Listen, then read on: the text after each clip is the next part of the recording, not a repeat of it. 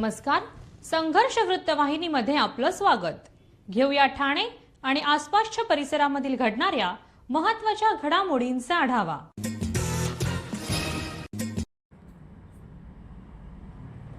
आनंद charitable ट्रस्टच्या वतीने जांभळी नाका येथील छत्रपती शिवाजी महाराज मैदानावरती आयोजित चैत्र नवरात्र उत्सव 2026 भक्ती व कला महोत्सवाचा दुसरा दिवस भक्तिरसामध्ये न्हाऊन निघाला.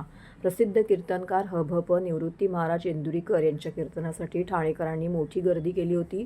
कार्यक्रमाचे मुख्य आकर्षण ठरलेल्या या कीर्तनात इंदुरीकर महाराजांनी आपल्या खास शैलीत समाज प्रबोधन करत उपस्थितांना मंत्रमुग्ध केलं. वारकरी संप्रदायातील समृद्ध परंपरा आणि आजच्या काळातील सामाजिक विषयांवरती त्यांनी मार्मिक भाष्य केलंय. या सोहळ्याचं औचित्य साधून वारकरी संप्रदायांमध्ये उल्लेखनीय आणि निस्पृह सेवा बजावणाऱ्या विविध मान्यवरांचा विशेष सत्कार करण्यात आला.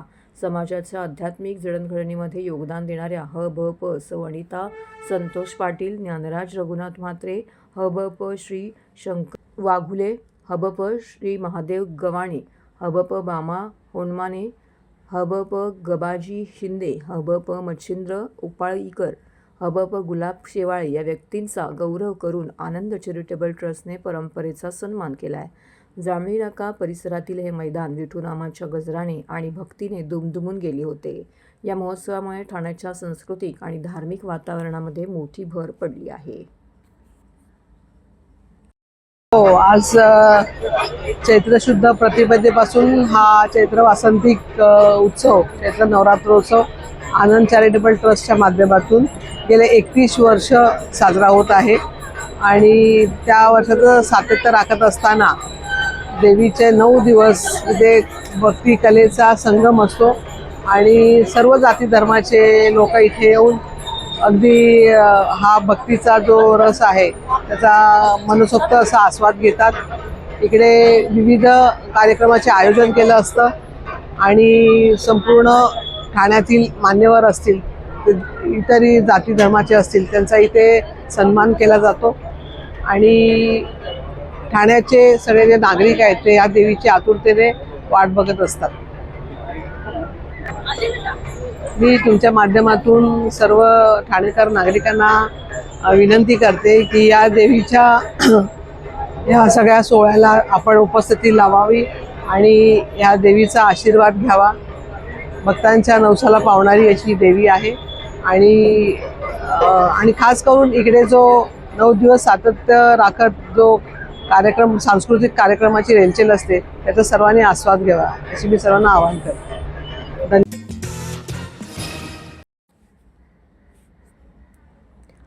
ठाण्याच्या कोपरीतील संत तुकाराम महाराज मैदानामध्ये सुरू असलेल्या चैत्र नवरात्र उत्सवामध्ये लोकपरंपरेच्या रंगाची अनोखी उधळण झाली. धर्मवीर श्री आनंद दिघे प्रतिष्ठानच्या वतीने राज्याचे उपमुख्यमंत्री एकनाथ शिंदे आयोजित चैत्र नवरात्र उत्सवात श्री अंबेमा चरणी आगरी कोळी संस्कृतीचा साज चढला. अविनाश काबाडी, शशांक पाटील आणि पौर्णिमा काकडे यांच्यासह नामवंत कलाकारांनी सादर केलेल्या आगरी कोळी बाणा या बहारदार गीतसंगीत नृत्य कार्यक्रमाने पारंपरिक ठेक्यावरती रसिक भाविकांना थिरकायला भार पडले. यावेळी ज्येष्ठ अभिनेत्री वर्षा उसगावकर यांची विशेष उपस्थिती लाभली. राज्याचे उपमुख्यमंत्री एकनाथ शिंदे यांच्या पुढाकाराने धर्मवीर श्री आनंद दिघे प्रतिष्ठानच्या वतीने आयोजित चैत्र नवरात्र उत्सवात आगरी कोळी परंपरेचा सुरेल आणि रंगतदार आविष्कार पाहायला मिळाला. कोपरीच्या संत तुकाराम मैदानामध्ये पार पडलेल्या आगरी कोळी बाणा या संगीतमय कार्यक्रमाने उपस्थित रसिक मंत्रमुग्ध झाले होते. तत्पूर्वी ज्येष्ठ अभिनेत्री वर्षा उसगावकर आणि अभिनेते मंगेश देसाई यांच्या हस्ते देवीची सागर संगीत महाआरती करण्यात आली. यावेळी उपमुख्यमंत्री एकनाथ शिंदे, खासदार डॉक्टर श्रीकांत शिंदे, महापौर शर्मिला पिंपोळकर, शिवसेना सचिव संजय मोरे, ठाणे महानगरपालिका अतिरिक्त आयुक्त संदीप माळवी, शिवसेना कल्याण जिल्हाप्रमुख गोपाळ लांडगे, राष्ट्रवादी काँग्रेस मुख्य प्रवक्ते आनंद परांजपे, प्रकाश कोटवाणी इत्यादींसह शिवसेनेचे असंख्य पदाधिकारी आणि कार्यकर्ते उपस्थित होते. प्रभाग क्रमांक 19चे नगरसेवक विकास रेपाळे यांचा वाढदिवस उत्साहात साजरा केला गेला. ठाणे महानगरपालिका प्रभाग क्रमांक 19चे नगरसेवक व स्पोर्टिंग क्लब कमिटीचे सचिव MCAचे मेंबर विकास रेपाळे यांचा वाढदिवस उत्साहात साजरा करण्यात आला आहे. महाराष्ट्राचे उपमुख्यमंत्री एकनाथ शिंदे यांच्या मार्गदर्शनाखाली तसेच खासदार नरेश म्हस्के आणि शिवसेना उपनेते रवींद्र फाटक यांच्या नेतृत्वाखाली विकास रेपाळे कार्यरत असून गेल्या अनेक वर्षापासून ते प्रभाग क्रमांक 19चे नेतृत्व करत आहेत. वाढदिवसानिमित्त सामाजिक बांधिलकी जपत त्यांनी दिवसभर विविध कार्यक्रम राबवले आणि आपला वाढदिवस साजरा केला. सायंकाळी जनसंपर्क कार्यालयाजवळ अभिष्टचिंतन सोहळ्याचं भव्य आयोजन करण्यात आलं होतं. यावेळी हिंदी व मराठी गीतांचा रंगतदार कार्यक्रमही पार पडला. या प्रसंगी अनेक मान्यवरांनी उपस्थित राहून त्यांना शुभेच्छा दिल्या. कार्यक्रमाला शिवसेना उपनेते माजी आमदार रवींद्र फाटक, शिवसेना क्षेत्रप्रमुख हेमंत पवार, नगरसेवक दीपक वेतकर, नगरसेवक नारायण पवार, नगरसेवक राजेंद्र फाटर, ज्येष्ठ शिवसैनिक विलास जोशी यांच्यासह विविध पक्षाचे नेते, पदाधिकारी, कार्यकर्ते, शिवसैनिक, युवा सेना, महिला आघाडीचे पदाधिकारी, सदस्य तसेच स्थानिक नागरिक, बंधू भगिनी, ज्येष्ठ नागरिक मोठ्या संख्येने उपस्थित होते. सर्व नागरिकांना आवाहन करण्यात येत आहे की सध्या डासांमार्फत पसरणाऱ्या डेंग्यू या आजाराचा प्रसार रोखण्यासाठी प्रत्येकाने पुढील प्रमाणे कार्यवाही करावी. डेंग्यू आजार एडिस इजिप्ती हा डास चावल्याने होतो. या डासांची पैदास साचलेल्या किंवा साचवलेल्या स्वच्छ पाण्यामध्ये होते. 8 दिवसांपेक्षा जास्त दिवस पाणी उघडे व साचून राहिल्यास त्यात डास अंडी घालतात. अंड्यांच्या अळ्या तयार होऊन पुढे डास तयार होतात. यासाठी आपल्या घरातील पाणीसाठे उदाहरणार्थ बॅरल्स, पिंपे, टाक्या, हौद, रांजणे इत्यादी दर आठवड्याला रिकामे करून घासून पुसून कोरडे करून पुन्हा भरावे. 1 दिवस कोरडा दिवस म्हणून पाळावा. पाणी साठ्यांना घट्ट झाकणे बसवावीत किंवा जुनी साडी, चादर, धोतर यांनी बांधून झाकून ठेवावीत, म्हणजे डास त्यात जाऊन अंडी घालणार नाहीत. घराच्या गच्चीवर, आजूबाजूला, अंगणात कोठेही पाणी साचू देऊ नये. भंगार सामान उघड्यावर टाकू नये. उदाहरणार्थ टायर्स, प्लास्टिक सामान, कुंड्या, टाकाऊ वस्तू इत्यादी. अशा सामानात पावसाचे पाणी साठून त्यात डेंग्यूच्या डासांची पैदास होते. घरातील कूलर्स, फ्रीजच्या पाठीमागील ट्रे हे देखील वेळोवेळी कोरडे करावेत. लक्षात ठेवा, नुसत्या फवारणीने डास घनता कमी होत नाही, तर त्यासाठी डास पैदास ठिकाणे नष्ट करणे ही आपल्या सर्वांची जबाबदारी आहे. कोणताही ताप अंगावर न काढता जवळच्या शासकीय रुग्णालयात मोफत औषधोपचार घ्या.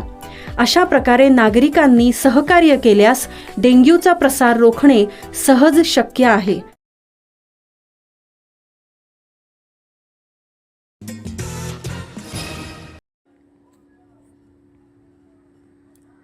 अश्विनी नवरात्रीप्रमाणे चैत्र नवरात्रीचा उत्साह देखील आता मीरा भाईंदर शहरात मोठ्या उत्साहात साजरा केला जातोय.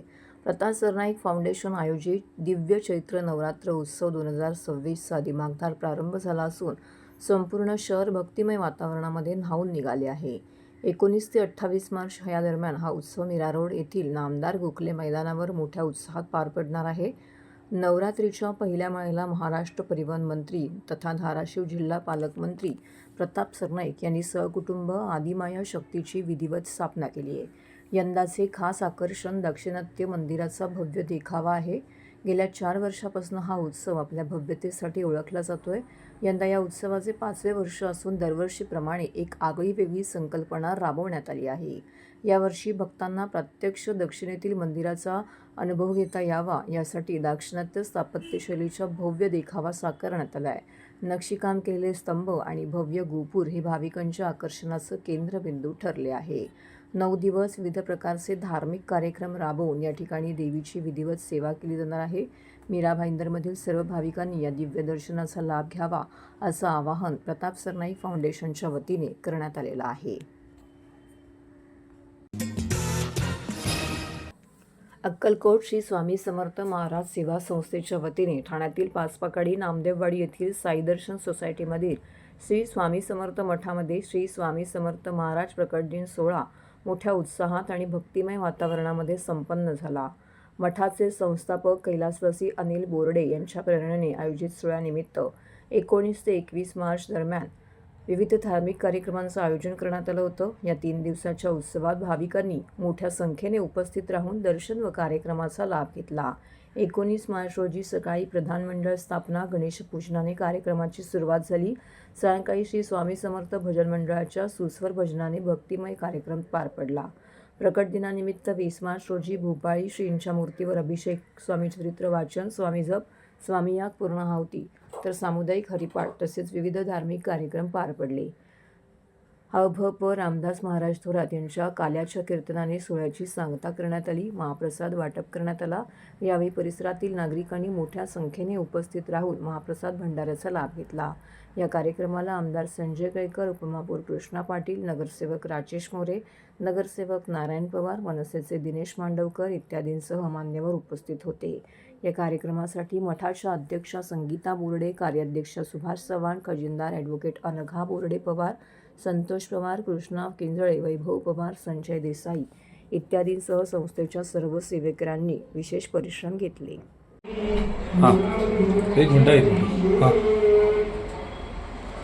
श्री स्वामी समर्थ. मी ॲडव्होकेट अनघा बोर्डे पवार, मठ संस्थापक कैलासवासी श्री अनिल बाबूराव बोर्डे यांची कन्या. ह्या वर्षी 2026चा स्वामी समर्थ महाराज प्रकट दिन नेहमीप्रमाणेच आपल्या मठामध्ये साजरा करण्यात येत आहे. स्वामींच्या आशीर्वादाने, बाबांच्या प्रेरणेने आज त्यांची पत्नी संगीता अनिल बोर्डे यांच्या मार्गदर्शनाखाली आम्ही मठातील प्रत्येक सेवेकरी हा स्वामी समर्थ महाराज प्रकट दिन अगदी छान पद्धतीने पार पाडण्याचा प्रयत्न करत आहोत. आजच्या या पूर्ण सोहळ्यामध्ये सगळ्या काही भावनिक गोष्टींचा समावेश आहे.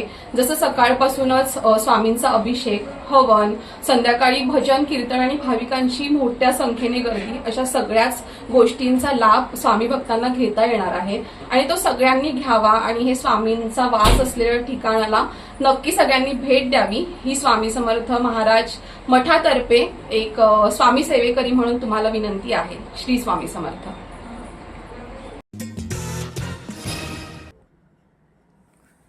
शासकीय भूखंडावरील पातलीपाडा, डोंगरीपाडा येथील 50 ते 60 वर्ष जुन्या बांधकामांना नियमाकुल करण्याच्या हालचाली सुरू झालेल्या आहेत. महसूल मंत्री आणि जिल्हाधिकारी यांच्या सकारात्मक प्रतिसादामुळे सुमारे 20,000 नागरिकांना दिलासा मिळणार आहे. आमदार संजय केळकर यांनी याबाबत अधिवेशनात आवाज उठवून महसूल मंत्री आणि जिल्हाधिकारी यांच्याकडे पाठपुरावा केला होता. भाजपच्या खोपट येथील कार्यालयात झालेल्या जनसेवकाचा जनसंवाद या कार्यक्रमात आमदार संजय केळकर यांनी माध्यमांशी बोलताना ही माहिती दिली आहे. पातलीपाडा, डोंगरीपाडा येथील शासकीय भूखंडावरती गेल्या 50 ते 60 वर्षापासून सुमारे 4,000 कुटुंब राहत असून ते ग्रामपंचायतीच्या काळापासून आजतागत कर भरतायत. महापालिकेने त्यांना विविध सुविधाही दिल्या आहेत.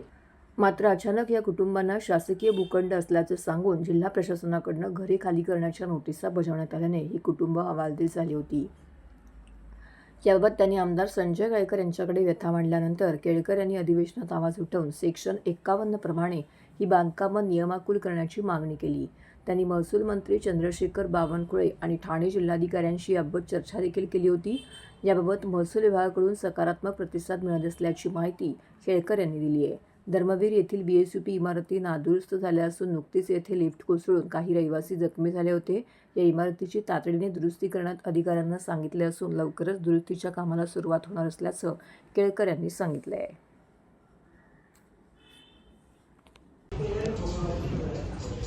आज 1 महिन्याच्या नंतर पुन्हा एकदा आम्ही आमचा जनसंवादाचा कार्यक्रम सुरू केला.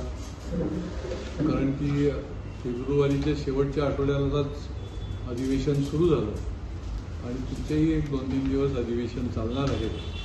पण आज शुक्रवार म्हणून जनसंवाद कार्यक्रमामध्ये अनेक लोक या ठिकाणी उपस्थित होते आणि विविध विषयांचे वंचित जे झालेले आहेत, जे दुर्लक्षित आहेत, ज्यांच्याकडे लक्ष दिलं जात नाही, अशी अनेक माणसं जी आहेत ती आली होती. त्याच्यामध्ये प्रामुख्याने धर्मवीर नगरमध्ये ज्या BSUPचे इमारती बांधलेल्या आहेत, या इमारतीची वेळोवेळी इतकं त्याच्यामध्ये दुर्लक्ष केलेलं आहे की त्या ठिकाणी त्याची दुरुस्ती नाही, लिफ्ट बिघडलेले आहेत. आत्ता परवा त्या लिफ्ट जी आहे ती वरतून खालती इतकी जोरात कोसळली की त्या ठिकाणी लोक जखमी झाले. ते आज हॉस्पिटलमध्ये आहे आणि त्याच्यामुळे आपण लोकांना त्यांचं पुनर्वसन करण्याकरता इमारती बांधतो, त्या पण निकृष्ट दर्जाच्या असतात आणि त्याच्यामुळे त्या इमारतीची देखभाल दुरुस्ती तातडीने सुरुवात केली पाहिजे अशा प्रकारचं मी महापालिकेला आग्रही मागणी केलेली आहे. खरं म्हणजे पावसाळ्याच्या आत त्यांनी सुरू केलं पाहिजे होतं, परंतु पुढच्या आठवड्यापासून ती दुरुस्ती जी आहे ती सुरू होईल. या ठिकाणी काही तर हे होतं संघर्ष वृत्तवाहिनीचं आजचं बातमीपत्र. उद्या पुन्हा भेटू याच वेळी याच ठिकाणी ताज्या घडामोडींसह. तोपर्यंत नमस्कार.